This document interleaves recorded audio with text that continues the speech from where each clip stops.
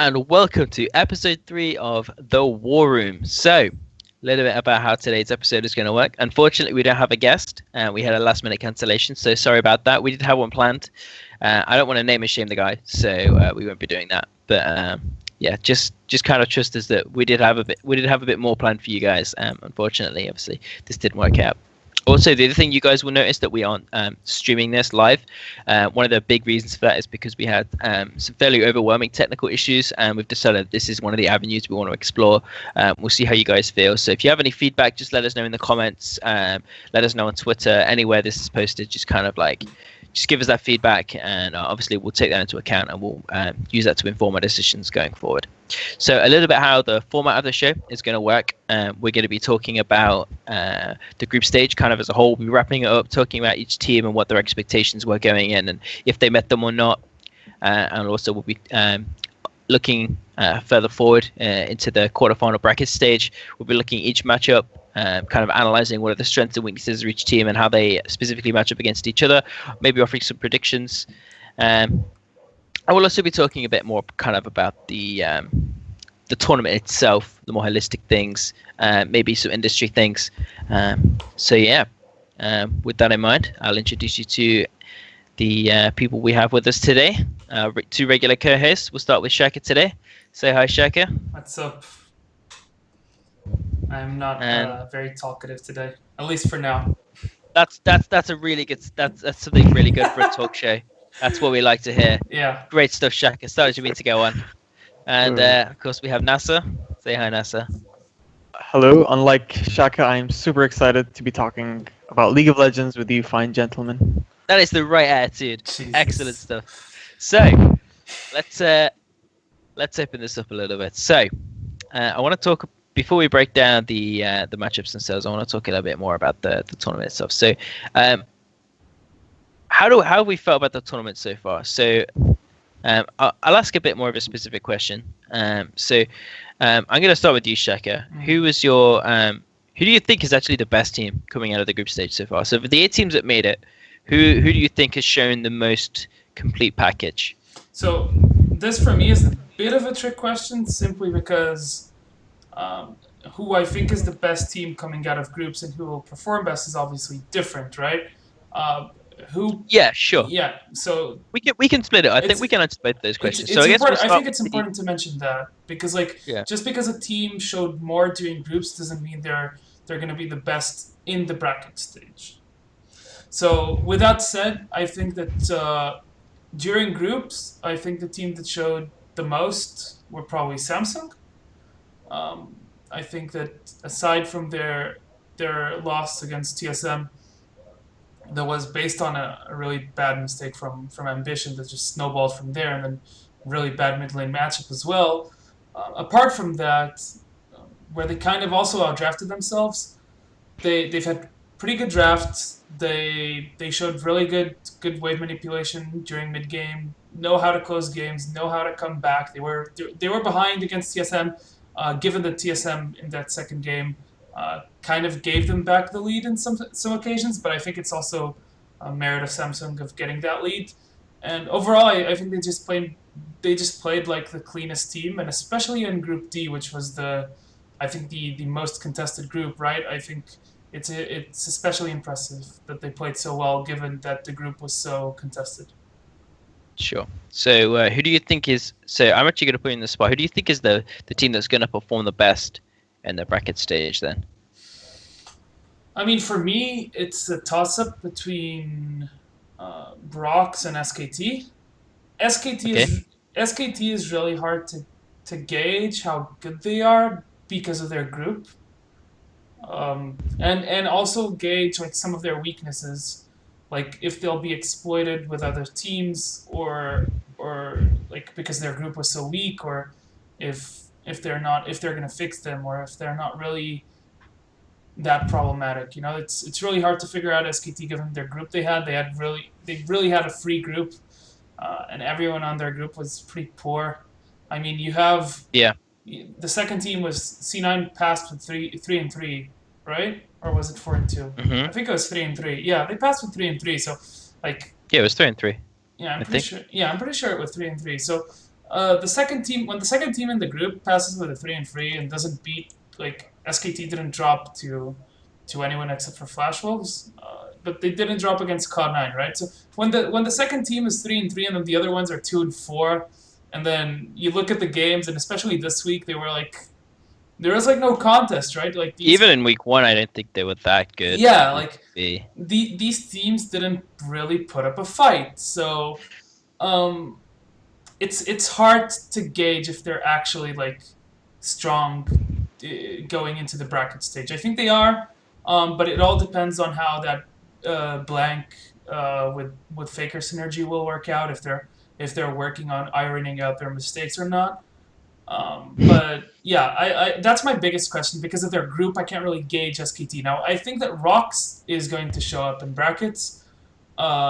We saw their last 2 games in Group A. I think they just like ANX isn't like a super world class team, but they showed they played well during groups, and like last game of the day, Rox just come in and shut them down really fast. So I think Rox is definitely one of the teams to look out for in the bracket stage.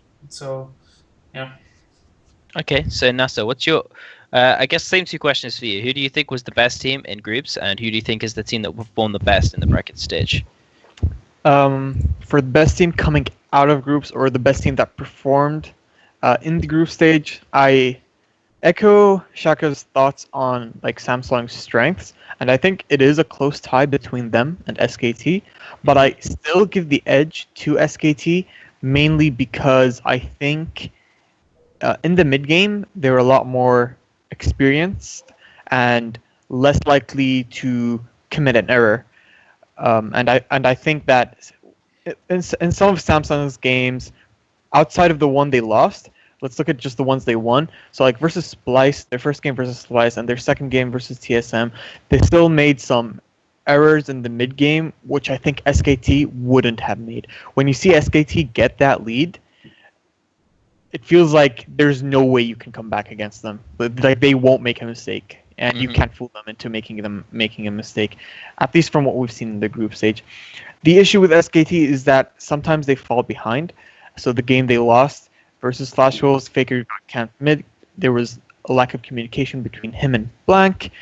Sure. And so it really is about how well Faker and Blank. But now we know that Bengi is going to play versus the series. He's going to start, so he'll play at least one game. Yeah. We don't know is it really confirmed? Because like last time this happened, it was on the LoL Esports thing because he was the last jungler that played. So is it really confirmed that he's starting? Oh, that's a good question. Because I actually don't know. I just read on like Twitter or on Reddit or something that he was starting. I just assumed it was true. This happened before where they said like it was, who was it besides Bengi? It was Bengi and some other sub. Was it Core? I think they said that was starting for sure. Yeah, I think it was one of the subs. Yeah, so if you look at them, if you look at it, it's like the 2 last players that were exchanging places that played. So I'm not sure if it's Bengi. Like I didn't see anything from SKT officially, and SKT doesn't have to announce until the day before. So they gain nothing by announcing it earlier. Mm-hmm. So I'm just gonna not assume that is fact until it's proven as fact. You know. Sure. Well, either way, it goes back to like saying, because we did see Blank and Faker play a lot better in the second week, and if they carry that over to the bracket stage, I think they're going to be really good. And just going off by like week 2 performances, I think SKT just showed a lot more maturity and experience compared to Samsung. But I still think it's close between them. I just give that edge to SKT due to their maturity, their experience, and we have to also remember their dominance in all 3 lanes, whereas Samsung only really has dominance in the mid lane most of the time, whereas the top goes slightly even, and bottom lane we know with Core JJ tends to lose that lane. Sure. I think so. I would give the edge to SKT for who is the best team coming out of the group stage. Sure. I actually agree with both of you. I think Samsung definitely look like the best team coming out of groups. I think you have to give them extra points given the strength of their group, because I think that given the way Group B and Group C went, I kind of expected more from SKT. I'm not really what I expected from Group C. Definitely expected more from like EDG. But yeah, I think that given the strength of their group, and I don't think anyone could have seen the collapse of TSM that happened in week 2. So I think, and I think maybe a part of that was to do with the fact that they lost to Samsung. So maybe there was something to do with it. But yeah, I think definitely for me, Samsung just looks really methodical. I think that when I said it's true, I think SKT definitely is looking like the cleanest team in the mid game, but Samsung just look really methodical. It looks like they always know what they want to do, and as long as you don't take a huge lead versus them, I don't see a way where a team can beat them on this side of the bracket. So, but I do think on SKT, their side of the bracket. Yeah. On their side of the bracket, I can't see anyone beating them. But we'll talk about the bracket stage in a minute. I actually have something I still need to talk about. I think maybe there's an upset potential there. But I think definitely SKT is looking like the cleanest mid-game team. For me, I actually don't think Rox is looking that good. I don't know if it's a fact that they were in like best of 1, or if it was that maybe because there's two sides to this. I mean, Rox's early game has just looked too inconsistent. Like a lot of people saying that Rox stepped it up at the end, but like. Or like specifically Peter stepped it up in the last 2 games in the group stage, in the last game and then the tiebreaker versus ANX. But I actually was not 100% convinced because both of the last 2 games he played were on Elise, and I'd like to see what happens if somebody bans Elise, and it's like if Peanut's not on Elise, do we see Peanut XD again, or has he actually legitimately fixed his issues? For me, there's that question there that doesn't put me. That doesn't kind of let me put Rox in that upper tier of Samsung and SKT. So while I did hate on SKT, I do think that they showcased that there was a lot of issues that they had that they kind of, I don't think they fixed, but they did find a bit of a band-aid solution with regards to kind of Faker's involvement kind of more with Blank on the team. And I think that putting Blank on like a power farm jungler like Olaf, I think is much better than a ganking jungler because Blank doesn't have that synergy with his lanes well enough and the lane he specifically wants to camp is mid, and I think it's difficult to camp for mid with the way that Faker plays the lane unless he really wants to set it up. So yeah, I think definitely SKT looking like the favorite going into the bracket stage, and Samsung Galaxy looks like really good coming out of the group stage, but we also have to consider the bracket as well. I think while SKT does look really good, they have a much harder bracket than Samsung. So I think that can't be understated. So I think Rox, if in their top form with Peanut performing in the early game, with the whole team performing in the early game, will be able to win Worlds. But you also have to take into account that they have a poor record versus SKT, who they will most likely meet in the semis. Yeah, I think that. So it's hard. Like I think if you want to go safe, spoilers for your predictions. Yeah, you're already spoiling the predictions. I mean, I already posted it on Twitter that I think all the 1 seeds are going to go through. Yeah. But we'll talk about that in a second.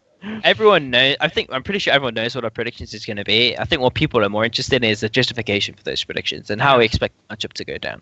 So with that in mind, let's jump straight into it. So let's start with the first matchup, which is Samsung Galaxy versus C9. So obviously we spoke a little bit about Samsung Galaxy, but let's give a bit more about C9. So Naser, what are your thoughts on C9, and what were your expectations going in, and do you think that they met them? I think so. What I expected is that C9, when they performed in the Gauntlet, we saw that one of the reasons why they looked so dominant was because of Impact's performance in the top lane. They didn't even camp him, and he was able to get so many solo kills, lane advantages, pressure in the top lane all by himself.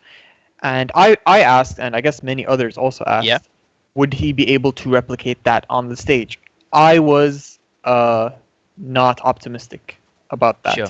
And it ended up being the case that even versus, he would still get CS leads. I think he has one of the highest CS leads as a top in a group that didn't really have a lot of good tops outside of Duke.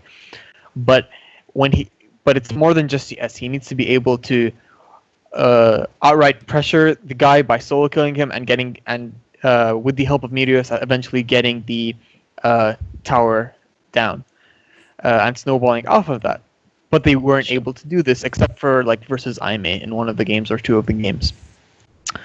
But yeah, I still expected them to get second because I thought that Flash Wolves mid game had terrible mid game in a lot of games they had in the playoffs, and I also thought that Aime was a terrible team that relied on too many creative inconsistent strategies. Gimmicks. That the word you're looking for is gimmicks. I don't want to say it's a gimmick, but they go for these creative decisions of roaming and ganks or spontaneous plays, and they sometimes work, they sometimes don't. And so I couldn't predict them to do that not being reliable enough with those plays. So yeah, back to C9. I still expected them to come out second, and they end up doing so. But they still ended up underperforming because they showed. Some of them showed at times poor laning. Sometimes it was Jensen. Sometimes it was the bot lane when they had Ezreal, and because you don't really consider Sneaky an Ezreal player. So yeah, I don't think that's necessarily true. I think the Sneaky's shown historically has shown quite a lot of Ezreal play. I mean, I think he's always been an Ezreal player. My rule is if you're not Korean or Forgiven or Zven, your Ezreal play isn't that good. And sometimes Chinese 80s. I think it depends on Chinese 80s. Again, I don't want to go too far on a tangent here, but also Doublelift has shown some really dominating Ezreal play. I mean, he got the Pentakiller All Stars, and I know he's had some really dominating Ezreal performances. It's actually noted as one of his better champions, and we all know that Doublelift is much better on his high mobility, in terms of his raw in game, his actual execution on the champion is much cleaner on high mobility champions and it's on low mobility champions. So I think that also there's a case for Doublelift there. But again, I don't want to spend too much time in this tangent. I was checking Sneaky statistics on Ezreal, and he has a handful of games. If you count all games since 2014, he maybe has 4 or 5. Yeah, but how long has Ezreal been in the meta though? And even when it was meta, he didn't play it that much. 2013, he has 6 games on it. Mm-hmm. Sneaky is always an Ashe player. What else was he good on? Everyone's good on. Back then, he used to play a bit of Draven as well. Way Draven. Back. Yeah. That's what I knew for when he first came out, Draven and Ashe. But back to C9. Yeah. Where was I? So yeah, I think their macro was horrid in the mid game. Even versus Aime, they had troubles.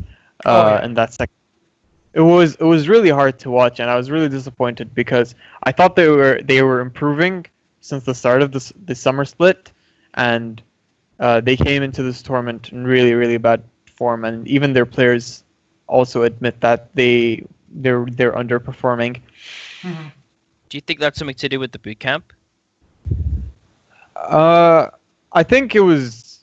I just think that their issues were kind of temporarily fixed because other teams in NA at the time were not playing very well. Sure. For example, Mortals, even versus TSM in that first game versus TSM in the finals, they got huge solo kills in every lane, but the game was still kind of close because TSM was the smarter team. Sure. But as for if the bootcamp helped or not, let's open this up to a kind of more a wider question. So, do we even think it's worth for Western teams to bootcamp in Korea at all, given the recent results? Because there's this big kind of storyline going around that it's not even worth to scrim in Korea, and actually we see some industry insiders come out and say maybe it's not worth scrimming in Korea. I know High notably of Cloud9 has said that he doesn't necessarily think it's important to scrim in Korea at all. We saw a couple of other people come out. There's definitely been two sides to this. So Naser, what's your take on whether or not you think it's worth Western teams scrimming in Korea? Okay, the only time I think it's not worth. First, I think the best training you will ever get is that if the majority of world's teams, Chinese, Taiwanese, and Korean teams, will be in that region or Mm-hmm. close to that region. So if you want the best practice and a shift of mindset from your usual mindset back in your region, then you need to go to Korea. You will have the best training partners, players that might be smarter than you or might think of the game different from you that you can learn from, and you will have the shift in mindset. And that shift in mindset helps because you're gonna have the coaching staff and the players geared towards higher intensity training or just Mm-hmm. like trying harder. This kind of try hard mentality. It doesn't necessarily have to be we have to win every scrim, but just that we want to be able to show that we can play some good League of Legends. Mm. But Sure. the only reason I think that you shouldn't go is if you have some financial your finances might take like a huge hit if you boot camp in Korea, and if you coupled with the fact that you think that you're not gonna you're not really one of the favorites at the tournament, you don't really care that much where you're gonna place at the end. Just participating is like a good exposure for your brand, a good experience for your players and coaching staff. um, Like Splice, those I think.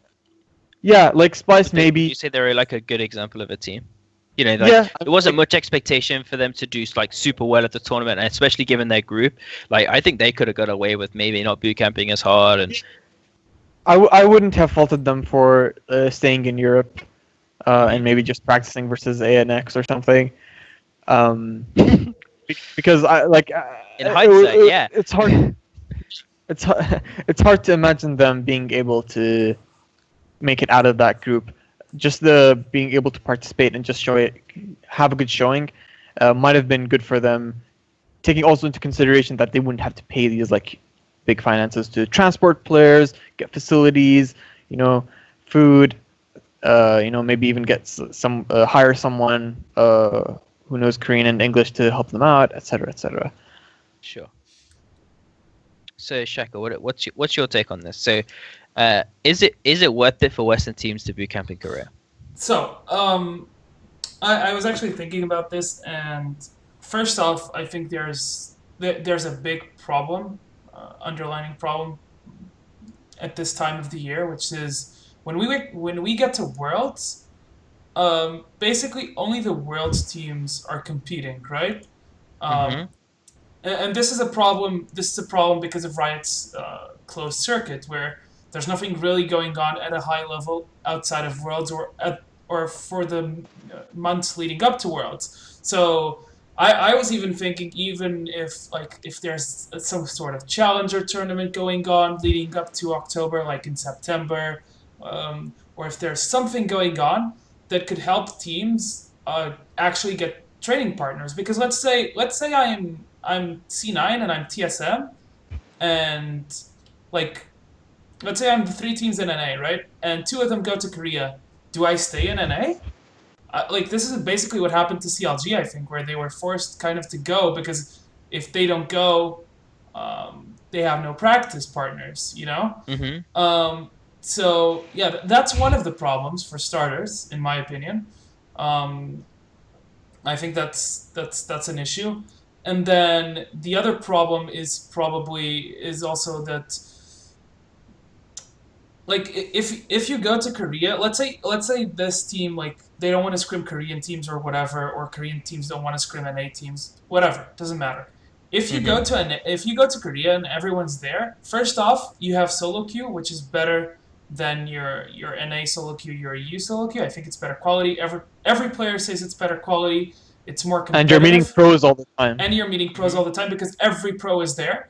So first off, your solo queue practice is actually good, and then you can be in Korea boot camping and not scrim Korean teams. Like if you scrim EU, Taiwan, and one of EUNA, depending on where you're from, and the teams from your region, because you're always going to scrim the teams from your region because you know they're not going to be in your group for starters, right?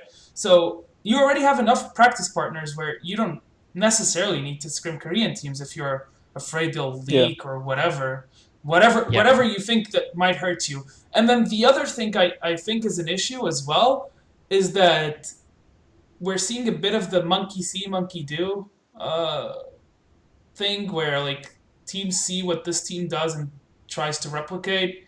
And I know like there's a meta and there's tier one champions, but I do think that like practicing unconventional picks for a certain situation has value.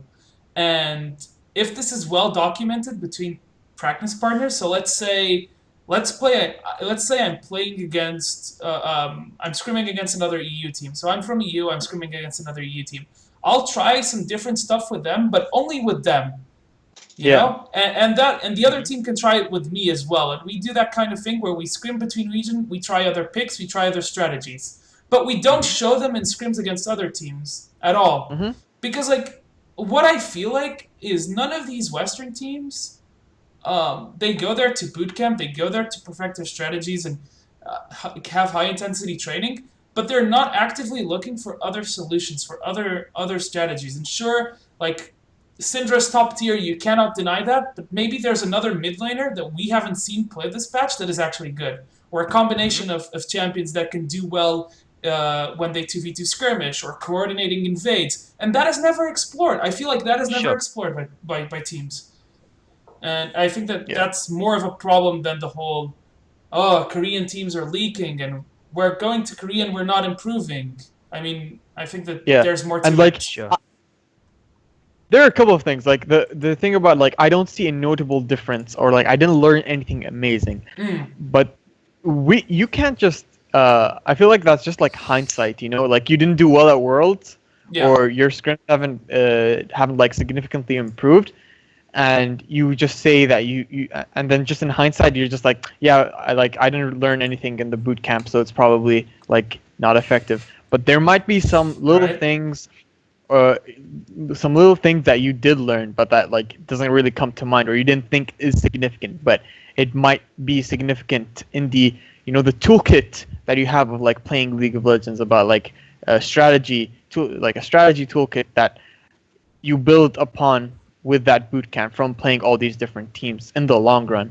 It's not like you go to like the boot camp doesn't mean you go to this magical place called Korea and once you play a few games you're like, holy shit, I know how to beat League of Legends now. I found the answer. It's not like this holy grail or something. Yeah, it isn't. It's basically to try to optimize training. That's the gist of it. And the other thing that I want to mention is that why are people bringing this up? One is that because teams went to all the NA and EU teams went to boot camp, and only 2 teams ended up making out of groups from the West. Whereas we have ANX, who played WoW and didn't have many, if any, scrims at all leading up to Worlds, and then they made it out of groups. But you can't use ANX as a standard because it's an anomaly. Yeah. I think there has been another a similar example in the last 3 years, since like League of Legends infrastructure really started. And we also have to consider that there are other factors at play as to why ANX played really well. The meta right now, we already talked about like 2 or 3 episodes right now about how draft has a huge a determination of how the game is going to go. Because if you end up having picks that can naturally enforce pressure in your lanes, that's going to make it easier for you to take advantages with your jungler and win the game. And because teams don't have ANX properly scouted, or difficult to scout because they might have picks that they think are good but like haven't shown it since they last played like a month, 2 months ago. And so when they see the Anivia and how good Kira can play with it, or if they see how good Licorice can do with the brand, then they're like, oh, we didn't really know it was that strong. And then you also have the best of 1 factor.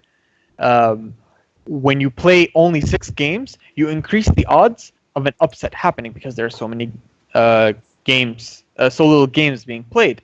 Mhm. Whereas if groups, like let's imagine if groups were 100 games, would ANX still have that? Was it like a 50-50 4-3? record. No, Was it they, like they a went. No, went 4-3? 4-2. They went 4-2. They went. They played the next. They Yeah, went they went played the next 4-2. three. 4-3. Tiebreaker. 4-3 if you count their tiebreaker. Yeah. Let's not So let's not count the tiebreak, but yeah, because they wouldn't I get it in mean- 100 games. There's no way you get tiebreakers after 100 games. So let's just assume they have Okay, like a sure. two-third win to loss ratio. Would they still have 4-2 after 100 games? I mean, like the ratio. So it'd be like Would they 66 wins and 34 losses or something. Yeah. Would they still have that in I- 100 games? Are you Or- asking? or Are you asking would if I think they They're would? just- it's rhetorical, like, like Yeah, it's that's- probability. Do we really know whether like they are that good? I feel like they had some tricks in their bags, but are these tricks legitimate in the long run? And like when you play so many different games. Sure. I mean, Mhm. so I don't want to answer like every question. That would be. Yeah, so I think there's a couple of other aspects that we need to start looking at, because there seems to be like I've listened to a couple of people, and I'm not gonna like name names, but people will know who I'm talking about. There's been people who kind of like. So actually, I'll before I bring this up, I'll talk a little bit about kind of the benefits of going to Korea to bootcamp. So again, like the number one big reason you want to go to Korea for the bootcamp is actually because that's where all the practice partners are. This is what Shaka said, and it's so important. It's like it doesn't even matter like if you want to scrim at all, you go to Korea because that's where everyone is, because nobody in NA or EU is scrimming unless like you're a wildcard team. But like honest to God, like are you actually going to try and justify that like actually no, like teams should have been scrimming in Europe versus ANX because they would have provided you with an advantage rather than going to Korea? It's like, no, that's just not true at all. I'm sorry, but like there's like we've heard as well that like ANX is not even that good in scrim. So it's like, I mean, the fuck kind of storyline is this? Like anyone who tells you that like teams should go to Korea is actually just like they're fucking stupid. Like this actually just I can't think of any justifiable reason why you wouldn't go to Korea. Like I can Other than financial reasons. yeah, other than financial reasons, sure. Like if you're looking for if you're looking to improve strategically, you need to go to Korea during the off season because that's where everyone is. Like I could see a justification if like all the NA teams decided to stay in NA and scrim amongst each other. Like fine, I could maybe see a justification for that. I think it comes down to two things. Is are you practicing to improve your champion pool and learn new picks, or are you practicing for macro? Because there's two different parts to that. There's two different kinds of scrims. There's the scrims where you're looking to learn something, and scrims where you're looking to refine something.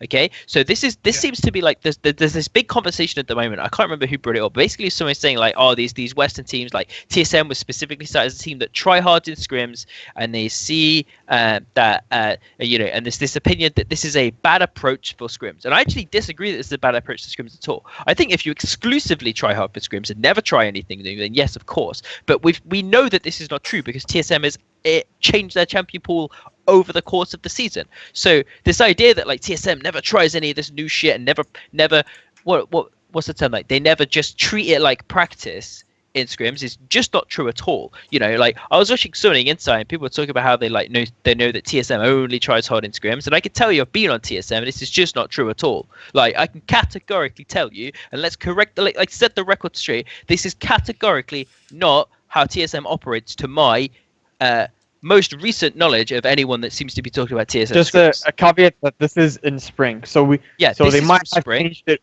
well then. But also, bearing in mind, I was living with Path in the summer as well, so it's like a fair chunk of the summer split as well. So, like, what I'm not saying is TSM doesn't try hard in scrims. Of course they do, but the reason for that, and the reason that I think every team should be try harding in scrims to at least a certain degree, is that like you need to practice how to close games properly. And if you're just like, oh, let's like people talk about, oh, let's just try and set up for Baron and shit. It's like, yeah, that's cool.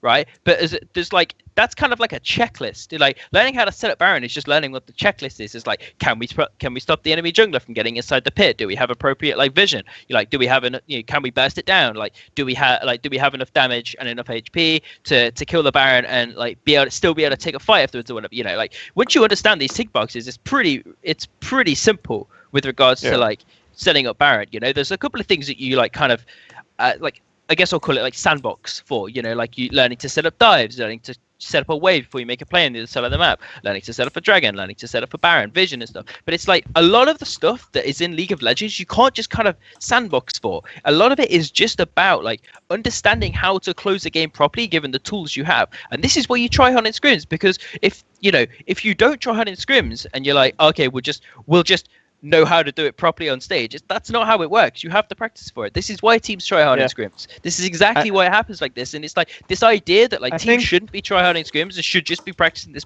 is bullshit. It is actually just bullshit. And anyone who says that fundamentally does not understand how LCS teams practice in 2016. I honestly don't think they do, because when I hear this, it makes me so mad, because it's like this is such disinformation. You have to practice. Yeah, you have to practice hard, or you never learn how to close properly. You never learn how to close efficiently. Let me tell you why I think, and this is purely speculation. I will say that this is purely speculation from this point on. The reason I think that these Korean teams do this like random shit in scrims is because they're already so good at macro that they understand the steps to take, and everything outside of that is kind of optimizing small things. Whereas there's a lot of Western teams who don't get the fundamental macro side of things. Like let's look at say. Splice, really good example. Let's say Splice are trying in every scrim. There's clearly, you could point out there's areas in the macro game that's really weak. So it would be beneficial for this team to just go full tryhard every single scrim, because the difference between them fixing their fundamental macro issues and them learning how to fucking sandbox to taking down Baron, like the difference between those two, like you spend 10 scrims trying to fix your macro as a whole, like it's a whole concept. Like the only objective for this scrim is to try and win the game in the most efficient way possible, versus 10 scrims trying to learn how to do Baron more efficiently. You're going to get so much more benefit. Like your games are going to be so much cleaner on stage, learning how to close the fucking game properly. So whenever you tell me that you cannot, that you shouldn't be try-harding scrims, that's actual bullshit. So all right, Naser, let's you wanted to follow just to defend the people, the people who I guess you are criticizing, who I believe is Monte Cristo, the prime individual. I believe what he tried to express is that you shouldn't reveal everything or try hard your best against Koreans, just to like not show your hand, but you can do it maybe against like other regions, from your own region or from the European region, Chinese, just because you're trying to beat the best, best region, so you don't want to show them your whole hand. Okay, so my answer to that is like I guess that's like, sure, that's kind of a valid way of looking at it, but the other valid way of looking at it is it depends what you're going in, what you're going in to try and do. So like the Korean teams are better just even when they're not tryharding than a lot of Western teams and a lot of the other scrim partners. So if you try hard against these Korean teams, it's like, yeah, you give stuff away, but it just comes down to, are you looking to just be the most complete team? Because I'm pretty sure it doesn't matter how much scouting you do, if the enemy team is fundamentally better, they will more likely win, especially in a best of 5. And I think that's the approach that these teams want. It's like, it doesn't really matter if the team sees us play, because all we're looking to do is just play the meta, which everyone understands anyway, or at least what we've seen is everyone at least a little bit understands. And I think at the end of the day, if you come in to an international tournament with as many games as you have at Worlds, and you just have a really strong grasp of the meta game, it's like, I don't think that TSM didn't make it out of groups because the teams knew how to play against them. I think TSM didn't make it out of groups because they collapsed in the second week of groups and they made fundamental errors. It wasn't that teams had scouted them out and that had somehow understood that there was this particular strategy you could run against TSM that they just didn't know how to play against. I don't think that's true at all. I don't think that's true of any team. I think the teams that lost, by and large, lost because they just made fuck-ups. I don't think the teams scouted them out at all. I don't think that's true. Yeah. I think the only thing that what you said is absolutely correct. I think what Something Insight was trying to express was that maybe TSM or Westerners in general inflate their scrim results and feel more confident because of that. Yeah, that's a legitimate criticism. I think is Yeah, like and talking we about don't the need to scrims go and into shit. that though. Yeah, like that's bullshit. People who talk about their scrims just shouldn't ever talk about the scrims. I was always, I've been introduced to esports with the idea that you just don't talk about scrims. So let's move on from that. Yeah, we spent a lot of time on Yeah, that, sorry. and I'm sure there's Go going to back be to a lot of content on this. yeah. Let's go back to the matchup. So we were talking about Samsung Galaxy versus C9. So let's talk about the matchup specifically between those two teams. So Shaka, I'm going to start with you. Samsung Galaxy versus Cloud9. How's this matchup going to go? Let's not talk about like who's going to win. Let's just talk about like what do you think is going to happen stylistically on the Rift. Stylistically, I think that that Samsung runs into like C9 doesn't have a weak bot lane, but they're not amongst the strongest, like super dominant, going to kick your shit in type of bot lane. Yeah, I think. Yeah. It's basically about like, is your bot lane good or is your bot lane good enough to punish bad? I think there's two separate tiers. Yeah. So with that in mind, I think that Samsung have actually a pretty good matchup for bot lane coming into this because obviously we've seen that Ruler, when laning, he shows a lot of deficiencies. He shows a lot of problems with laning. Obviously, I think that always changing supports. I don't know what percentage they're doing, but I can't. I have to think that having to play with two supports probably doesn't help their lane synergy. So that's their weak point, but it isn't Cloud9's strong point. So it's not really something that I think Cloud9 can abuse. Then I just think that Ambition is just like straight up going to out jungle Meteos. Like it's not even going to be close. I've seen some of the pathing that Meteos does, and it's like if you open up like one of C9's games and you know how to do basic video editing, and you like open up the minimap and make it big and look at Meteos, his pathings sometimes are just so inefficient. Like it's like it reminds me a bit of when I was more of a novice jungler. Obviously, this is solo queue level, but that I didn't know where to end my paths, and I just randomly did paths. Sometimes looked at lanes and see, I can gank this. No, it's like for jungling in professional level, I think you need to plan ahead. Obviously, I don't know if he's planning ahead or not, but I feel like sometimes he forgets to plan ahead. And he's just doing super extended clears where he's ending in awkward spots that do not coincide with where he's supposed to be putting lane pressure. So I've seen like moments where he'll end like towards bot lane, and he should really be on the top side of the map to start or to counter gank a top lane gank or a gank or start a gank in one of the solo lanes, because that's their win condition specifically during the early game. That's the lane they want to get ahead. So he kind of tends to do these things where he goes like for really awkward pathings in the jungle. I mean, like you saw him, right? You talked about this last episode where he's the guy that's playing Nidalee like Lee Sin and Lee Sin like Nidalee. Like he was hard. That's such a good line. Yeah, he was hard farming on Lee Sin. What the fuck? Just go gank. I don't know. Like, and he was hard ganking on Nidalee as well. He wasn't even like trying to just like accumulate a jungle lead. It blows my mind. Yeah, I mean, when we're talking about C9, from their group stage performance, what is their strength? Because in my opinion, I don't see much. I see that if they are versus against a team that is categorically weaker than them, particularly in lane, then that's when they can kind of like dominate the early game and kind of win the game. And we saw that versus IMA.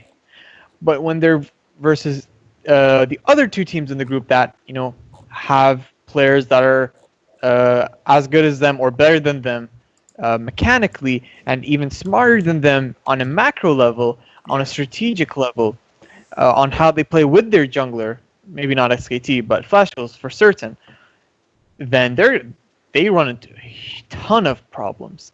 And I foresee it being the same way versus Samsung, because like I've said before, I don't think you can magically fix something this huge in a week. Something as big as, how to play with your jungler, how to make macro-based decisions in the mid-game, side lane control, objectives. you're not gonna fix this in a week. TP coordination, like Yeah. so that's been a huge deal for them. Yeah. I've seen it more than once where they don't. It's happened more than once where they don't use a TP advantage, or where they assign lanes incorrectly, or they just let the enemy assign lanes before them, so they lose the edge. It's like, and then that's just a lack of them playing off tempo more than yeah, the enemy yeah. assigning lanes first. But And- I get your point. Yeah. And let's not forget versus Flash Wolves or versus SKT when they kind of had an early lead. This is in the second week. They Yeah. kind of had an early lead, and then Dragon's gonna come up, but Meteos is on the top side farming a wave in the top lane because Impact was chunked and had to go back. Oh, why? And then SKT get a free Infernal, and it was an Infernal Drake, so it's not like, yeah, we'll just leave this Cloud Drake. It was an Infernal Drake. Yeah. What are you doing? I think I like your point about how you talk about like what is C9's strength, and I think honestly C9's biggest strength is that given an advantageous matchup, they can take an advantage in any lane unopposed.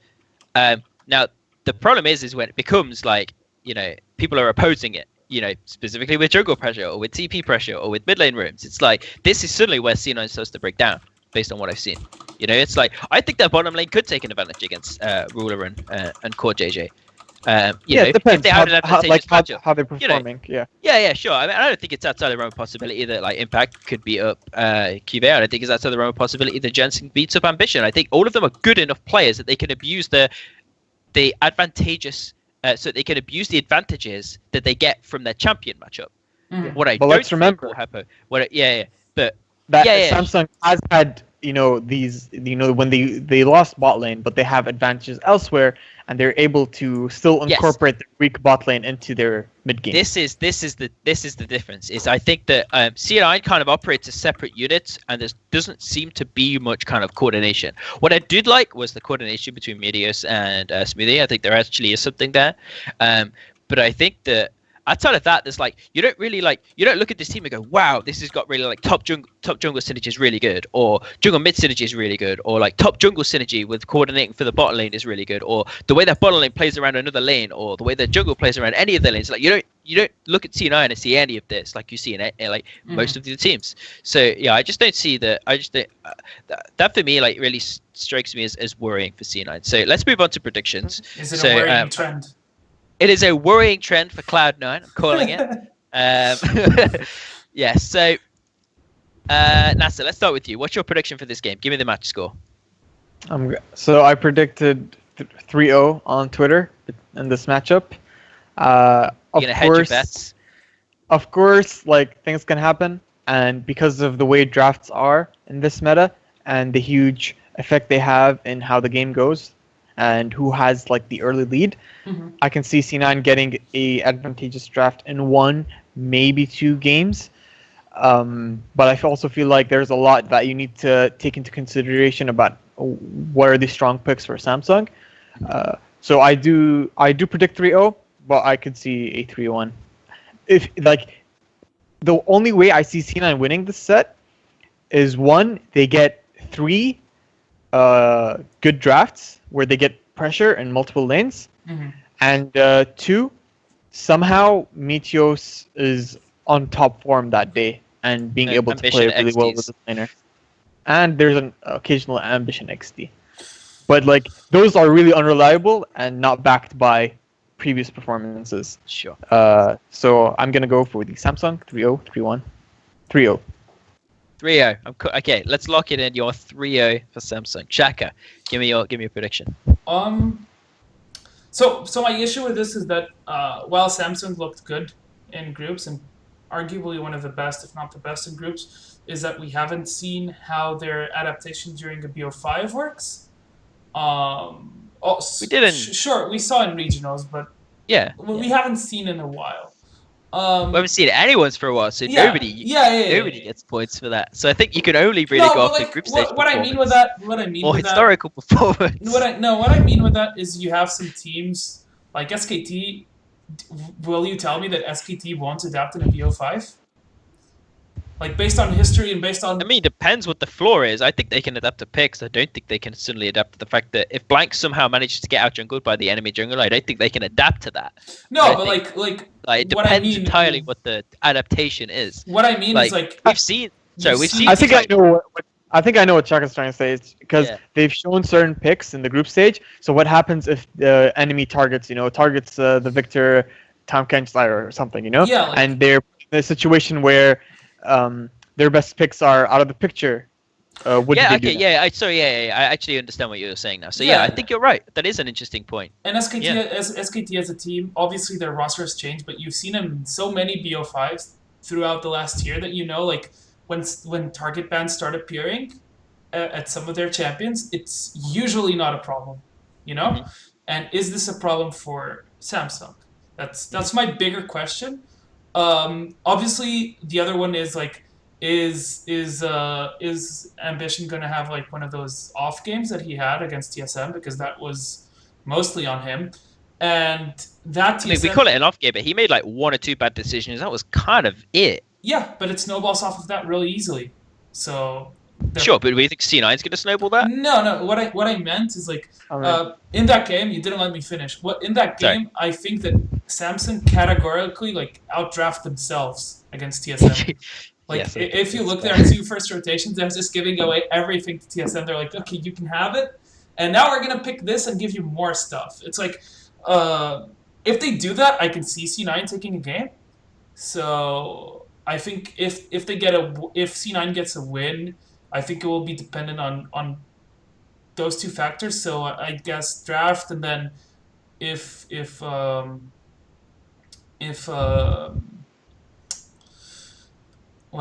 Ambition doesn't have like a good like, if he just like has a really bad jungle performance, there also can be an argument made that if you can put Ruler out of his comfort zone, you can maybe try to win through bot lane, but I'm not sure if that's the case. I know we've seen him mostly on, I think it was Jhin, and he played a game of Ashe at Worlds. I'm pretty sure that's what he. Yeah, I'm pretty sure he played a game of. I can check, but like we haven't seen much from Ruler, right? But it doesn't mean it's not there. And sure, he's known for like. Oh no, he actually didn't play Ashe. I'm just confusing. Yeah, he played 2 games of Ezreal, 3 games of Jhin, 1 game of Caitlyn. But I'm pretty sure that he can easily pull out the Sivir that he played in regional finals, and then he also played Ashe in regional finals and in summer playoffs. We've seen a lot of Sivir bans this tournament, so it's interesting to see if that goes through, if he'll pick it. So I don't think you can target ban him. I saw some people make that argument. I don't think it's the case, but so I think that like maybe if you get like a really good draft, really good early matchups for C9, they can take a game. But I'm gonna go with 3-0.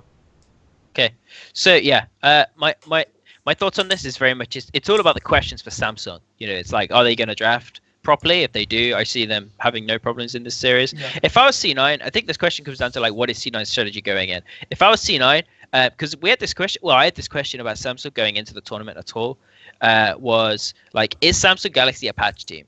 So, we hadn't seen much from them in the regular season in Korea, and even at the playoffs, they were kind of underwhelming. I think QV had some really bad performances in the playoffs, some good performances as well. That was kind of hit and miss. But in the regionals, he stepped it up. But even then, it wasn't like clear cut. Like it was close. And admittedly, like questions about whether like KT were like trolling because someday was doing random shit. But so I think that.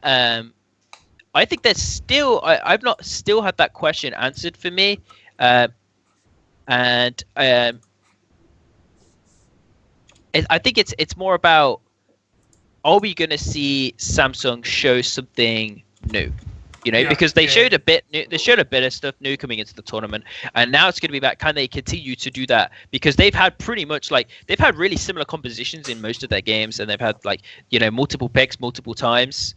So it's going to be interesting for me to see if you take them off those, like, is Samsung as good a team? Had they just been like given the trust that they really want? And I think it's going to be interesting to see if C9 attempts that strategy. If I was them, I would, because I don't see them winning any other way. I think that's the only avenue they have to win this game. I do think C9 will take a game, but I think only because I think they're good enough to snowball a good lead, and I don't think in 3 games that Samsung's just going to get like 3 amazing drafts. I think Reaper is underrated as a drafter. I think sometimes he fucks up, but I have questions about whether that's more about his team's champion pool than maybe his ability to draft. Yeah, there's always that factor. Yeah, I think historically C9's drafts have always been pretty good with Reaper, like over the regular season and playoffs, regionals, and it was. I think they've been fine. I think they'd be awful. The question for me is like, is Meteos going to step up? Is he going to play his champion properly? And if they can find a good champion for Meteos, I think that he looks much better on a champion he actually knows how to play. Because we saw when he was on Gragas and Rek'Sai, he was not as vulnerable as he was when he was playing Lee Sin and Nidalee. So for me, it's going to come down to the draft. I think C9 will take a game, but I don't think they'll take more than one. I think Samsung closes this out 3-1. So let's go to the next series, which is SKT versus RNG. So let's quickly talk about SKT's run. We've spoken a lot about SKT's run, so let's talk about RNG. So I just kind of limited to that because we're getting on for time a bit. So Naser, let's talk about RNG for a bit. What were your expectations coming? What were your expectations coming into the group stage, and did they meet your expectations at the end of it?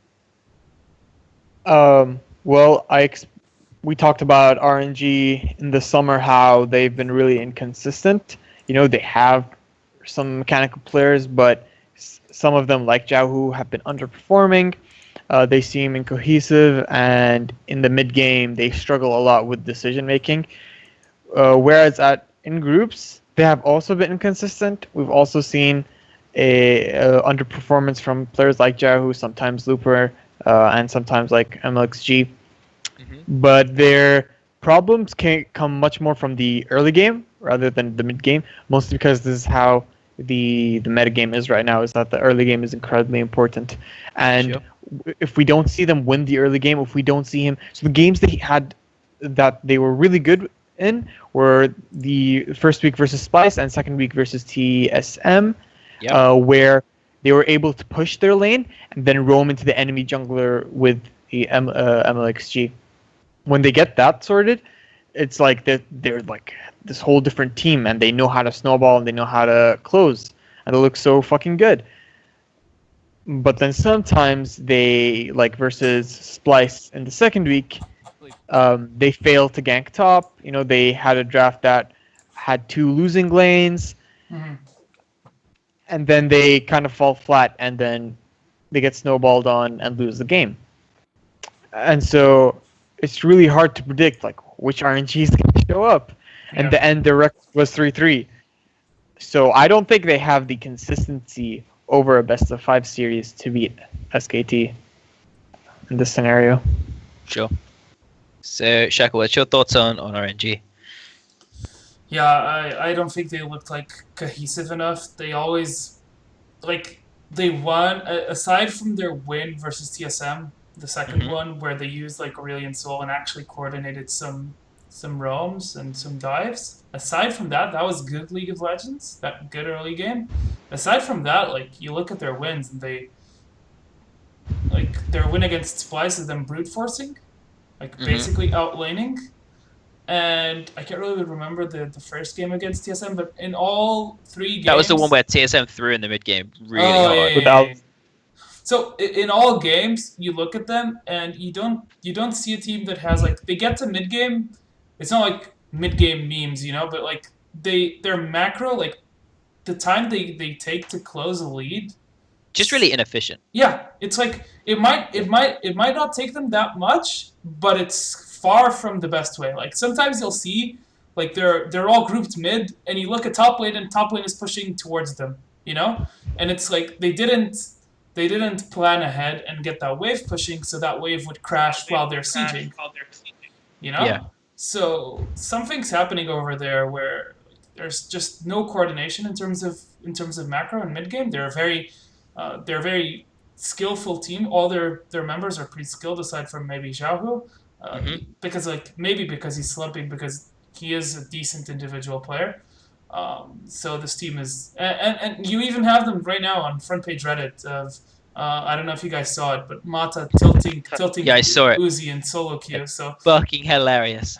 It was so funny. I think they're gonna beat themselves before they even get to the match. Yeah, sure. So I think this is the worst possible matchup for RNG. I Oh, think yeah. that the primary way they're going to be winning games this tournament is through like brute force, and SKT is I think it's fair to say probably the most overall skilled team just by virtue of having like They Bang, have the most Faker. dominant laning phase Yeah. outside of the jungle.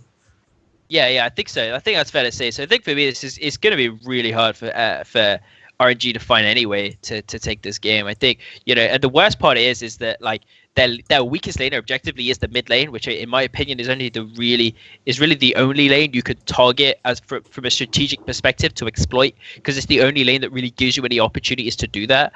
So I just don't see RNG taking this game at all. I think a lot of the points you guys have brought up. Are true. Their mid game seems to be really inefficient. What I don't like is that they miss opportunities to kind of like what they don't prep. Yeah. Like the problem is they don't chain objectives. This is what you see really good teams do. They'll have set up a wave in a bottom lane, and then they'll go top, and they'll take the top tower. So by the time like they finish taking that tower, like they can transfer to mid, and by the time you finish mid, the bottom wave is finally crashing, and they can go bottom lane. So we don't see that from Samsung as from RNG at all. Mm-hmm. And I think that just the fact that they can't brute force at all, it's just literally not an option. The fact they have to play purely off macro, which seems to be SKT's strongest suit, despite the fact that even though they have a really good laning phase, their macro is actually their strongest point. It's like I just can't. This for me is actually the most one-sided matchup in the bracket stage. I think this is the most one-sided in favor of SKT. I don't think any other matchup is more heavily weighted to one team than this matchup. So I call it 3-0 for SKT. Naser, what's your prediction? Same 3-0. And Shaka? I go with a 3-0 as well. Okay, so yeah, that's it. I was just gonna say that you mentioned real quick about Faker being the lane that they can exploit the most based on how Faker has been laning, but yeah. I don't think we'll see that Faker in bracket stage. Just a feeling that I think he'll fix those minor mistakes. I don't want to talk about this too much, but I actually this is not like. This is not a mistake Faker is making in Worlds. This is the way Faker's played for like I know, but like several months. There's some stuff that I think he'll change. Like there's a difference between playing a bit of a different style and just playing straight up cocky, And I think what I think is that it's not he's going to play more safe. Or like very safe. He's gonna play the same. Everyone's just gonna play the jungler will accommodate towards him. That's what I think is gonna happen. That too. So I don't know. I don't see Faker like giving up so many advantages. I actually think this is an important point because like Forgiven has the same style as that. This is the way I play, and this is the best way for me to play the game. Mm-hmm. And I will be able to win in every matchup. Even if you give me losing, I will win this. I will try to win this lane or like have some bit of pressure. So if you play towards me, we can win off of that. And I think Faker kind of has that same mentality. Maybe we don't like really know much though, in that sense. Sure. So let's move on to Rox versus EDG. So I think I actually want to start with EDG for this. So Shaka, give me your thoughts on EDG. Do they meet your expectations coming in? Because these are two tournament favorites prior to the tournament starting. So what's your thoughts on EDG? I guess I didn't anticipate, mainly because I don't watch enough China. I didn't anticipate that Mouse would have so many problems. Mm-hmm. I knew, like I watched playoffs, right? But I didn't watch much of the regular split, so I didn't anticipate that he would come into international play and just get like really show up as a liability for the team. Then there's also the fact that they've been interchanging mid laners. I'm not sure if it's a stylistic thing or if it's a question of form. I think it's the latter. I think that like Pawn just showed up more in his games, in my opinion. So I think we're probably seeing him for quarters. I mean, I kind of disagree, but we can talk about that later. But yeah, carry on. So I'm not sure what's going on there. If it's stylistic, if it's based on form. People talk about Klilov, but I honestly don't think he's been that much of a problem. People talk about the Nidalee game, but I don't know. I feel like he played it out, except for like one or two mistakes. I think he played it out more or less fine. But Yeah. Like what Zyrene said, like he's been spread too thin by his team. He needs to be, Yeah. because like bot needs him to for them to start rolling and for him to work with Mako to be able to control the enemy jungler. Whereas Mouse is like losing top lane, and if they're playing Pawn also needs some attention as well. So I feel like he's been spread too thin, but it's really hard to judge. Yeah. So Clearly. I would just say that like they need to look at their drafts in some scenarios where they like put if they're gonna put Mouse on Irelia, sorry. If they're gonna put Mouse on Irelia, it needs to be like what they need to do is actually look at it and realize we need to give Mouse attention because he's on Irelia. And bot lane needs to play a bit farther back, just farm it off, like they're already a bot lane that knows how to play passive and knows how to play for farming. They don't need to play like hyper aggressive. So like if they're gonna try different stylistic different styles where either they play for top or for bot, one of the side lane needs to understand that. So if they pick the Irelia, if they pick like a carry top, I think they should play towards top, and bot lane is fine at just playing back. But if they before the game starts, if they're like decided already, or in Champions like they've decided already, we're going to play towards bot, then it's better to have Mouse on something that can that needs less resources. And I think that that's a problem and why Clearlove is sometimes spread so thin. Like you look at his Nidalee game, the guy was up and down, up and down, up and down every time, and that game was even I think Mouse was on Poppy that game even. When he was playing Aurelia? No, he was playing. He was on Aurelia? Yeah, the Nidalee game was the Aurelia game. Yeah, so like right there, he has like way too much to do. I don't know. Like I think that like we've seen Poppy as the one like tank top laner. I do think that Maokai, like he's played a shit ton of Maokai, so I think they can go back to it, especially if it's like a AP top laner, AP jungler kind of thing against them. They also tried Echo, I think. Yeah, they also tried Echo. They tried Echo. It wasn't that good.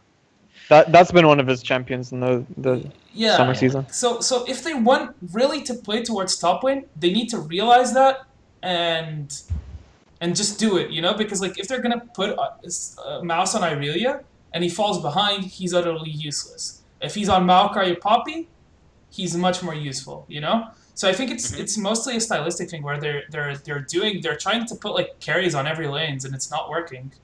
So they need to either put top on a carry and play towards it, or play towards bot but put top on something low econ.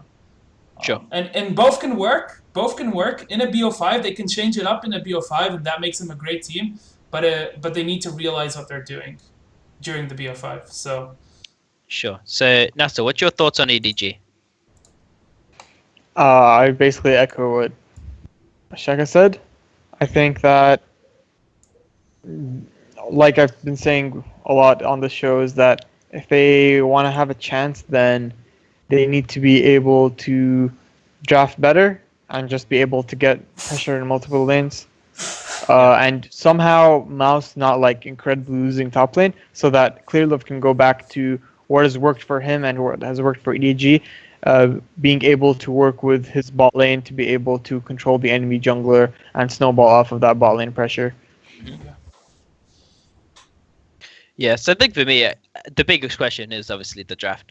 Like one thing we saw in the Aurelia game is they have like, what the biggest problem they saw in like because they actually played 2 Aurelia games. Sorry, I actually kind of baited you, Shaka. They played 2 Aurelia games. Yeah, I know they played 2. They played the INTZ one, and then they played the other one. Yeah. So like one of them they play like Nidalee, but they have like Jhin Alistar bot lane, which I don't think is that bad. But the one that they lost against INTZ, they have Aurelia top, they have Ezreal and Nami bot. Both those lanes really kind of need to win to really do anything. Like Nami doesn't really do much unless she like wins. And then you have like Graves jungle, which isn't the best like ganking jungler, so like that's not gonna snowball lanes, and they have like Vlad in the mid game, and it's like in the mid lane, it's like, I mean, come on, dude, this is just this is such an awful draft. Like your competition just doesn't make sense. Yeah, about like EDG's draft for a second, because I thought like throughout summer that they've had horrible draft, and part of it is obviously due to maybe like some of their players like Mouse or Scout/Pawn. And I do remember like at one point during the summer season that Kelsey Moser, Score Esports writer, Chinese enthusiast, she made a tweet about like these drafts are pretty horrible from EDG during a series, and then immediately like right after the series or the next day, Rapidstar, who is the coach of EDG, has like 8 or 9 tweets at her, completely basically like criticizing her for just like criticizing draft and not taking it all these like different factors. But she didn't drink the Kool-Aid. Fuck the Jesus. I mean, like, even if there are all these different factors, it doesn't. And even though you're winning these games, it doesn't discount that these are bad drafts. Even if there are factors that like your players can't play this champion, or like it doesn't fit your style, it doesn't discount that. When you end up meeting these international competitors, these are going to be bad drafts that are going to hinder you, and it doesn't. You can't blame people for criticizing draft. So I wanted to say this, but I wasn't sure. But would you say that EDG were a bit of a victim of their success to the point where, since they didn't get like challenged for these bad or let's say subpar drafts, that they didn't immediately notice these problems?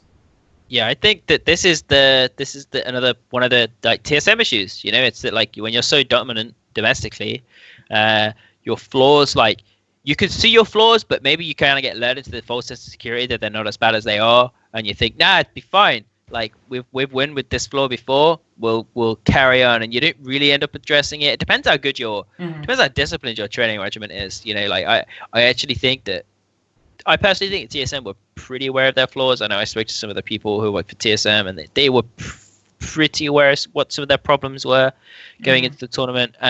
So I think it just comes down to like whether or not, but I don't know anything about EDG in terms of like knowing any of their teams. So I don't know if they were aware of what their problems were going in. It sounds like Rapidstar maybe didn't think he was as bad a drafter as he thinks he is. Maybe he thinks he's a super good drafter. I could tell you categorically, I've spoken to some coaches. I used to be a coach myself. I have drafted. It is very difficult to draft. People think it's really easy. It's not. Yeah. It's super hard. There's like you can spend 30 hours a week just on draft. It's super difficult. So like, but that's not an excuse. That is your job. Like you have to be good at it, or you're not a good team. I'm not making excuses, but like some people kind of do think that they're better than they are at drafting, and I think sometimes you kind of get away with this false sense of security that like maybe your drafts are kind of being carried by the fact that your players are just so good. I think Immortals is a really good example of this, the team that got away with bad drafts with great players and eventually got exposed. But let's not touch too much on that. So let's move on to Rocks Tigers. I think it's fair to say a pretty disappointing group stage given the expectations going in, but I'll let you guys kind of elaborate on whatever you want to say about that. So Naser, I'll start with you. Rocks Tigers group stage disappointing? Yes, because I think that they allowed hubris to affect the results they had in week 1. Do you think it was hubris, or do you think that maybe this is actually just a strategic issue for Rocks? In terms of draft, hubris, particularly against CLG not banning the Aurelion Soul. I do not care. Like, I do not care, even if they thought that they had a strategy that can beat the Aurelion Soul, it was too risky. And that risk, that being able to say, yeah, we can pull this off, even if it's risky that we can pull this off, that's hubris. That's overconfidence. Yeah. You want the best, especially in the best of one. It's the best of one. You don't get to, you don't get to, try out things, In the best of one, you want one strategy that you are sure that will work. You can execute 100%, that will work. Yeah. I think if it's a BO5 against CLG and they pull that off and you lose first game, it's like, okay, whatever, we ban it now. They have nothing left. Let's see. So draft was an issue. They opted for scaling lanes when the meta right now is definitely not multiple scaling lanes. You need pressure. You need pressure to be able to allow your jungler to invade. The second thing is I don't want to put too much on Peanut because some of their drafts did have multiple scaling lanes, losing matchups, and Kuro isn't a fantastic laner, but there are issues that with draft plus the team not working optimally and Peanut like not working optimally together in the early game. It's not always Peanut. It's not always the team, but I think it's like a mixture. Each game had like a different criticism you had of Rockstar, and that resulted in a bad early game. What do you guys think on like the Peanut issue? Sure. So, Shaka, what's your thoughts on Rocks? I mean, I talked about it already in the beginning, so I just think that they will definitely show up for brackets. I think that Peanuts, like, I think they were not taking it like fully seriously. Honestly, like, I think it's great that they're losing and they're playing and they're like having a laugh, having a giggle. It's really funny. But I think that come bracket stage they'll show more. So I think we're going back to the rocks that we saw in the In Korean the last 2 games? playoffs. No, or in the last few games in Oh the yeah, Korean yeah. playoffs where they were actually like a really cohesive team, and We expect them. yeah, what we expect them to be. Sure. And also let's remember that even in the games where they had terrible early games due to like draft or their laners or their jungler, in the mid game, even with like 10k gold behind, Yeah. they played as if they were only like 2k gold behind because they're so much smarter than the teams they're playing against. And do Koreans know how to play League of Legends? Like we already covered this. Can you answer that question for me? Because I don't know. We already covered how Rocks played in the mid game in our daily debrief, so viewers can go watch those. But they're just like immaculate with their decision making and the way they're able to play from behind. Yeah. Yeah. The thing for me about Rocks is that, like, I mean, I'm going to touch on the early game stuff in a second, but the thing for Rocks is just the way they play in the mid game, where they will use anything, you know. It's like watching like a professionally trained like boxer or I know this is probably going to be a really bad analogy because I don't know anything about fighting, but it's like a professionally trained boxer go up against like a street fighter who'd never been professionally trained, but like, you know, that street fighter doesn't play by the rules and he's always going to find that edge, you know, and he's always going to find that like little something that just catches you off guard. And this is something that Rocks does super well. Like, some FCPs are the best in the world. I'm sorry, but they just are. Like, based on what I see in Smeb, he's just so his flanking in general. Yeah, he just finds like avenues. I'm just like, how did he get to this place? Like, I'm watching the minimap and I'm seeing what's going on, and somehow he will just end up in the middle of a team behind the carries, and I'm like, how did this happen? I have full vision of the map and I didn't see this coming. Like, the guy is just so good. I think that like Smeb is just, I think he could be one of the smartest players ever to play the game, honestly. But yeah, I think that. So but let's go back to the early game. So I actually have slightly less faith in Rocks as maybe you two do. I think that I still have questions for Rocks. So, like, I think 100% they can step it up. They have that ability to step it up, and I'd be very surprised if they didn't step it up a bit. But like, you know, everyone's been talking about how like, oh, Peanut has been playing really well in like the last 2 games of the group stages. But, you know, as I said earlier, I think that, you know, I need to see more than just on Elise. You know, like that was both of the games where he showed up really hard were him on Elise. So I need to see more than that. I'd like to see what happens if people ban Elise. I don't know what Peanut we're going to get. You know, I think there's a good chance we might get Peanut XD. Let's remember, he's only been in 2 best of 5s his entire career. You know, he's still really young, and I don't think we still don't know if he's a choker or not. You know, like, I mean, we've seen a bit, but I think honestly, like, he's not played super well. He's had some good performances. He had some really standout moments. You know, how I think his Lee Sin looked really good. I think he had a Baron steal. You know, that was like really impressive. Yeah, he had like a couple. So like, you know, I think his individual play, like, once you kind of get him into that comfort zone, is fine. So I think maybe in the later part of the best of series, he should start turning up. And I do think the Rocks are like the heavy favorites going into this, especially given EDG's performance that they showed in the group stages.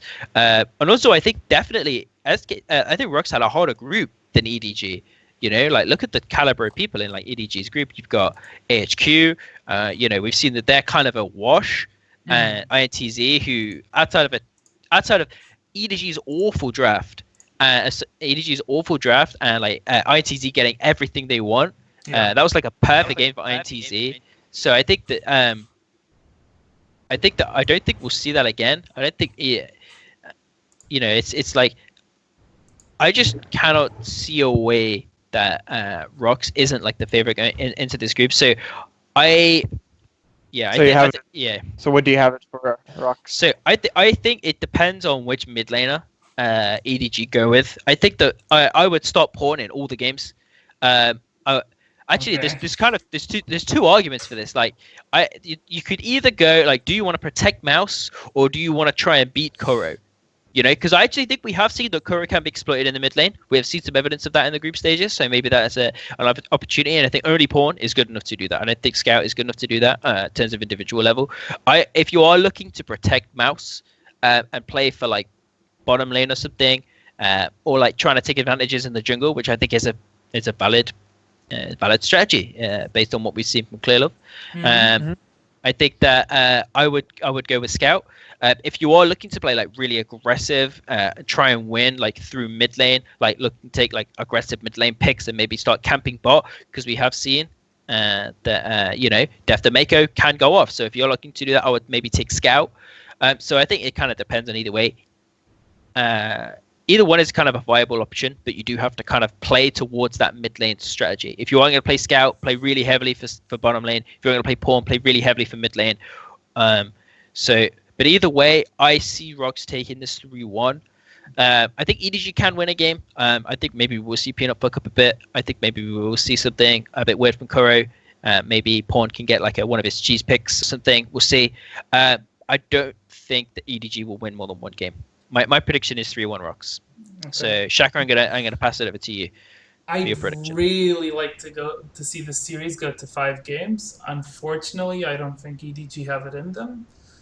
As you said, I can see them take a game where Clearlove just like gets a really good path into like an early gank, and they can snowball that lead off of bot or mid lane. So yeah, I think it's 3-1. Sure. I actually just want to quickly say, in my opinion, this is the quarterfinal match with the highest chance of an actual 5-game series. I think of all the series, this is the highest chance of 5 games. Sorry, Naser, you can carry on. For my prediction, I will also once again go for 3-0. But I do admit that there is a chance that Rocks will not perform in the early game and not be able to play around Peanut, either due to draft or some gank that they they get caught by a gank or something. So if that happens in once or more than one occasion, like you said, it could go to a best of 5. But I'm going to safely assume that the Korean team will show up in the bracket stage and go for a 3-0. Okay, so right, let's move on to the last best of 5. So I'm going to open with a question, and I'm going to pop this to Naser because we went to Shaka first last time. So Naser, did ANX make it out of this group because there were drastic underperformance levels from the other 3 teams in this group, or are they a legitimately good team? I mean, I've talked about this a bit earlier on this show and a bit on the last show. I do think that ANX in some areas are really good in terms of they know how to draft for themselves and they know how to play as a team in the mid game. If they're able to get a lead off of a gank from Steos, they know how to like kind of run with it, skirmish. Sometimes the Baron controls can sometimes go iffy. We saw that against Rocks, but generally it was good in other games. But I also do think that teams did not have enough information on how to play against them, how to draft against them, so they were caught off in that regard due to the best of 1 format. And so, like I said, because draft heavily determines how the game is going to go, I think that helped ANX a lot. So sure. It's a bit of a mixed bag.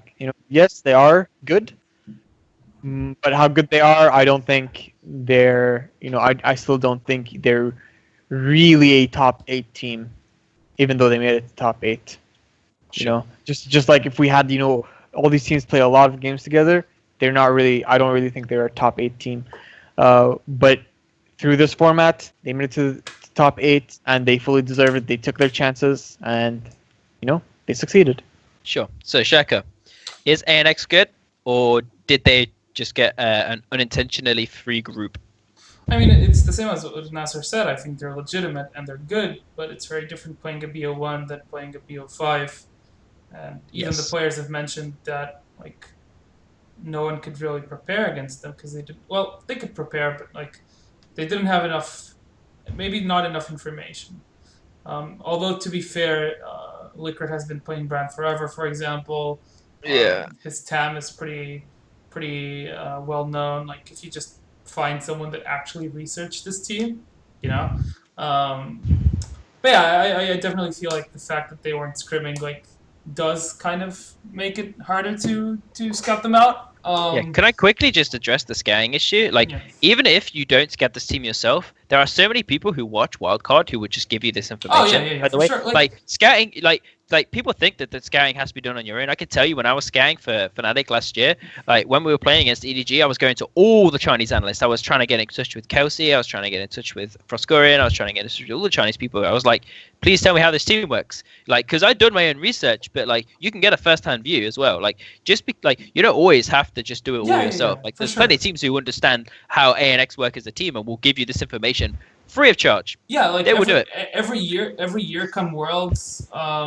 More than one of the Riot casters comes to me to ask for extra info on the teams, and it's a normal thing, you know. Like like just off the top of my head, at least 4 casters this year asked me for info on the 2 teams going, champion pools, favorite champions. So like at a very basic level, they should have been scouted because people will give that info even for free.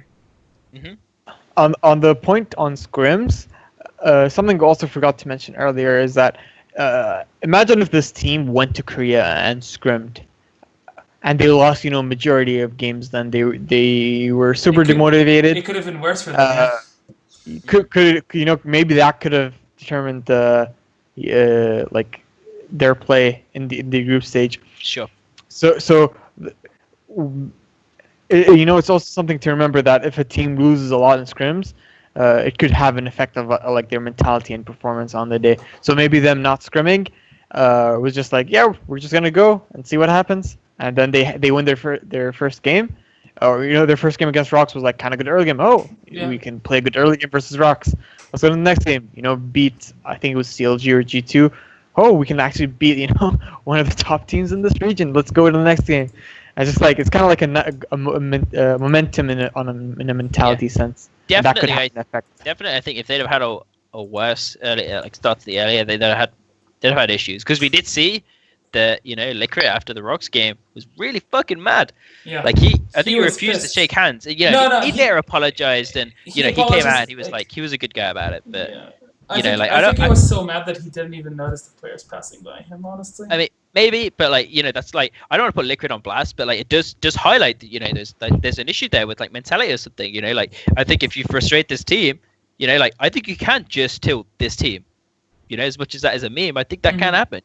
So like maybe if they didn't have such a kind of Cinderella start to the group stages, maybe they would have just gone out at 0-6. Like imagine if Rocks just actually didn't disrespect them and just fucking pounded them into the ground at 20 minutes. I think this team would have I don't think I wouldn't have done anything. Maybe actually no, that's a pretty disrespect because I think what I'm here. Yeah, what I'll talk about ANX is I think they have a better grasp of the fundamentals than some teams. I don't think they're a top 8 team, like Naser said. I think there's an argument can be made for like top 10 at the tournament. Mm-hmm. I think that's fair. Maybe like 11 or 12. So I do think that ANX is like a good team. They have good, solid foundations. The problem for me is I don't think Smurf is good. I think if you take him off Poppy, I think he's a real liability. Trundle. But out of these super basic tanks, if you can find a way to put a matchup in the top lane where also Poppy's a much better pick in this meta than Trundle is. Than Trundle. And I think that Trundle's a counter pick mainly. Yeah, I think a Miracle, again, questions for him, and Kira's champion pool seems to be playing off better, but Stayhost and Liquid seem to be really good. So let's talk about H2K. So let's talk about expectations. So what do you think about the expectations? So Shaka, I'll start with you. What were your expectations of H2K, and did they meet them or exceed them? Week 1, definitely not. Week 2, definitely yes.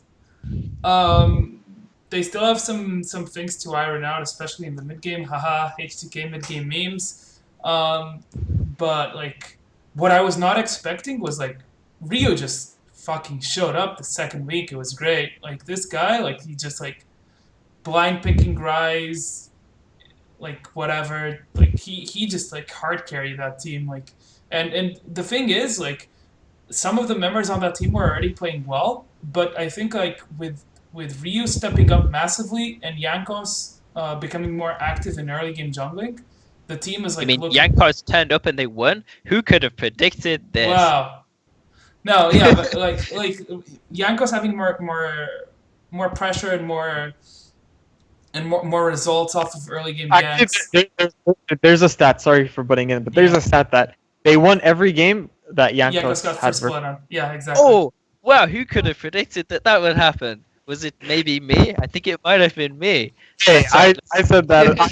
I said that Jankos would show up and get first bloods. I said that was the only condition that mattered. Literally, that was the only condition that mattered. Sorry, Shaki, you can carry on. I was gonna say that like funny. Just the fact that like some of their players were already playing pretty well. Like I think Forgiven and Odo were already playing well, but I think that what really unlocked this team was like Rio just showing up massively and Jankos actually doing stuff in early game. And I like ANX, but I don't see them beating this team on this form. Even though they have mid game problems, I just think that H2K can against this team specifically, ANX, they might just be able to get huge leads from early game and snowball from there, which is like the perfect style for H2K. Yep. Yeah. I mean, one thing I want to kind of express is that in 1 week I think this has been true the whole season. Not just in this tournament, but in summer and spring, where 1 week H2K looked like the best team in Europe, and then another week they're like, holy shit, these guys have a lot of things they need to deal with right now. And I'm kind of slightly, in the back of my head, there's something telling me, holy, what if they don't perform versus ANX? What if they have some bad drafts? Because they've had some bad drafts in best of 5 series before. Yep. If we get choked 2K, it can happen. What if Vander doesn't get first blood? What if Steos gets first blood first? Yeah. What happens then? How does H2K react? Mm-hmm. And what if Forgiven gets camped and can't pull a lead out? No, I don't think that'll happen. I think Forgiven will turn up regardless, but yeah, but there are these other conditions that, what if they happen, and could they happen to the point where ANX can take 3 games? So there is this little nagging voice in the back of my head telling me, it's still H2K. I don't think magically they're just like a top team just based off week 2, because you also have to consider week 1. You also have to consider how this team has been playing throughout this whole year. Yes. Maybe they have figured it out, maybe, and that this is going to be consistent to not just this next series if they win it, but the one after that versus probably Samsung. So that's something you have to consider. So my thoughts on HGK is that, to call a team consistent, they have to be consistent, and they are not consistent. Yeah. This is the first thing. Like, this is like, if I was to use one word to describe HGK based on this team that we've seen all year, I don't think the change from Freeze to Forgiven really changed much about how they play the game. They became a bit more bottom focused, but in terms of how they approach the game kind of strategically, I think they play the game relatively similarly. So I'm not going to say there's been too much of a difference between the two rosters, but I think this team has definitely been, like, I would just describe this team as inconsistent. That'd be the biggest word I'd use. Like, I think that that most accurately sums up this team. So yeah, I think what Naser said is really true. I think we have seen some crazy drafts in best of fives. We have seen some random early games, and I think that like, as much as it's a meme now, like, I think it's true. I think the success of Jankos in the early game almost with 100% accuracy dictates the success of H2K as a team. I think that I'm not going to say that, like, it's like if Jankos doesn't do anything, the rest of the team can't carry. I think versus ANX, this is probably one of the only matchups where the rest of the team can carry. I think that Rio will shitstomp Kira. I think that Rio's shitstomp better mids than Kira, and while I think that Kira is better than maybe people think he is, I actually think that Kira is pretty underrated. Despite that, I still think that Rio is just too much. He is on form, and he's been on form the whole week. And actually, I think he was doing pretty well last week too. Also, Oluwamne, I think this is his second year running where he's been the best player on his team. And I think that's a bigger one than mid. Sure. I do think that Oluwamne is the best player on his team right now. At least he's performing the best on his team. I think this happened 2 years in a row. I think Oluwamne shows up in international tournaments, and I think Oluwamne shows up when it counts. Forgiven her, but yeah. I don't know. It's like he's done more with less versus better. Okay. It's kind of how like the way I'd categorize it. But I think Rio and Forgiven have like a higher carry potential and a carry ceiling. But in terms of like Oluwamne is just like in terms of what you want and what you get. Oluwamne is like the best player in this team. So let's talk. I do want to say before we move into predictions, just quickly, HDK's drafts in week 2 were much better. I really like their draft strategy versus AHQ, where they gave up the Lissandra, and then it basically meant they had like because they knew they would pick it, and they got 3 winning lanes from it. And I think that's like draft strategies like that. Versus a team with a small champion pool like ANX, I think you can approach the same strategic concept with ANX as you did against AHQ. Give them some of the picks that they maybe want that you could counter pick in lane, and that gives you your early game strategy that HTK really relies on. Because if HTK gets wrong in the early game, I don't see a way that ANX can pull it out. Because I haven't seen a good mid game from ANX unless they're in the lead. I think they roll over and die, and I think the HTK stylistically is too difficult. This is too hard a matchup for ANX. So I'm going to go into the predictions here. So let's wrap it up. So who did I do last? I did Naser first last time. So let's go with Shaka. Shaka, what's your predictions for this matchup? I feel like saying 3-0, but I'm going to say 3-1. I think that ANX can take a game. I mean, Steos has shown that like he's a good early game jungler. Perhaps one of the best we've seen at this tournament. Like, if we're specifically talking about early game, yeah, I think that's fair. I think he's been one of the best. And this team, like, they're not this random wildcard team that have a lead and suddenly don't know what to do with it. They actually know what to do with their leads. So, like, they play macro decently. They set up CJs. They set up pickoffs. They go for these early game barons, like that no one's early barons that no one's expecting, or they can turn a random pickoff on Jankos into a baron, for example. They can do that. So I'm gonna go with 3-1. I think they can take a game. I'd love to see them take a game. I think that would really validate them, even if they're eliminated here in the quarters. I think they're validated anyway, but yeah, they are. But there is a point that can be made that like if they get just straight up 3-0'd by HTK, that people say like, this team just got like a really underperforming group and they weren't actually that good, And I think that if they got a win, that would help construct a narrative against that. Even though like I think they're legit regardless of their results against HTK. But yeah, I think they can take a win. It's not that likely, but I'm gonna go with 3-1. I have faith. Sure. Naser, give it to me. I want to again go for the 3-0 because I do think that HTK will. I think they're like on form right now and they have momentum, and I'm giving again once more putting faith that they are going to ride that momentum into the series, continue good with their good drafting, be prepared for ANX's picks, and just perform really well. I think Jankos will be on form versus Deos. Sure. Okay, so my predictions are that I will go in on one prediction, but I want to explain a little bit first. I think there's either going to be a 3-2 or a 3-0. I think that either HGK is going to show up and it's going to be a clean 3-0, or HGK is not going to show up and they're going to struggle, but they'll win out anyway because they're just a better team pretty much across the board. So I think that maybe like Liquid's like maybe better than Vanna, but that's like kind of it, and that's not enough to pull it out in a best of 5. I'm not going to say it's impossible for ANX to go to the semis. I think there's maybe like a 20-30% chance that they can make the semis. But yeah, I think it pretty much comes down to is H2K going to draft properly versus this team?